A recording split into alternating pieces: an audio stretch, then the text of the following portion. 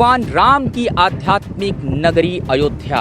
और अयोध्या के बारे में जब जब जिक्र किया जाता है तो ना जाने भगवान श्री राम से जुड़े कितनी सारे सत्संग और उनके नाम पे चौपाइयाँ भी निकल आती हैं।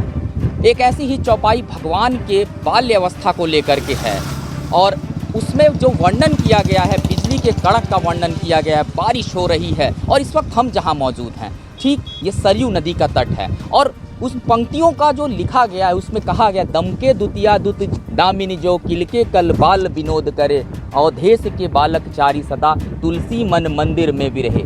यानी कि राजा दशरथ के जो ये 4 पुत्र हैं वो किस तरीके से अयोध्या में जगह जगह पर घूमते थे, विचरण करते थे और इन्हीं जगहों पर वो पले बढ़े। और ये देखिए धर्म नगरी अयोध्या, शाम का वक्त है, कितनी खूबसूरत दिखाई देती है।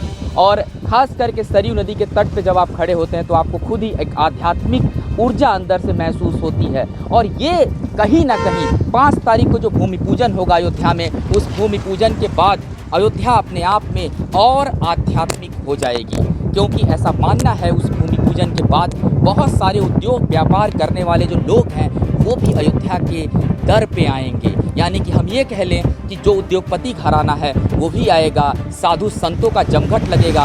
भला इस धर्म नगरी को और क्या चाहिए। इसीलिए तो कहा जा रहा है, रघुपति राघव राजा राम, पतित पावन सीताराम, कौशल्या के प्यारे राम, दशरथ राज दुलारे राम। ये बहुत सारी चीज़ें हैं, चौपाइयाँ हैं, लाइनें हैं जो भगवान राम के लिए ही लिखी गई हैं। लेकिन इन सब चीज़ों के बीच में एक अपने आप में सबसे अद्भुत संगम ये भी हो रहा है कि जो भगवान श्री राम की नगरी अयोध्या है, अयोध्या के अंदर जो आने वाले लोग हैं, जो यहाँ पहुँच रहे हैं, वो इस बात को लगातार महसूस कर रहे हैं और उनको ऐसा लग रहा है कि वो त्रेता युग में आ गए हैं। हर तरफ घंटियों की आवाज़, हर तरफ मधुर गानों की धुन, ये लगातार जो है वो सुन रहे हैं। तमाम आश्रम हैं, हम लगातार अयोध्या के उन गलियों से घूम रहे हैं, पैदल विचरण कर रहे हैं। ऐसा लग रहा है कि वाकई त्रेता युग वापस आ गया है। हर तरफ भगवान श्री राम की जय जयकार और इसी तरीके की जय जयकार की गूंज जो है इस धर्म नगरी अयोध्या में लगातार हो रही है।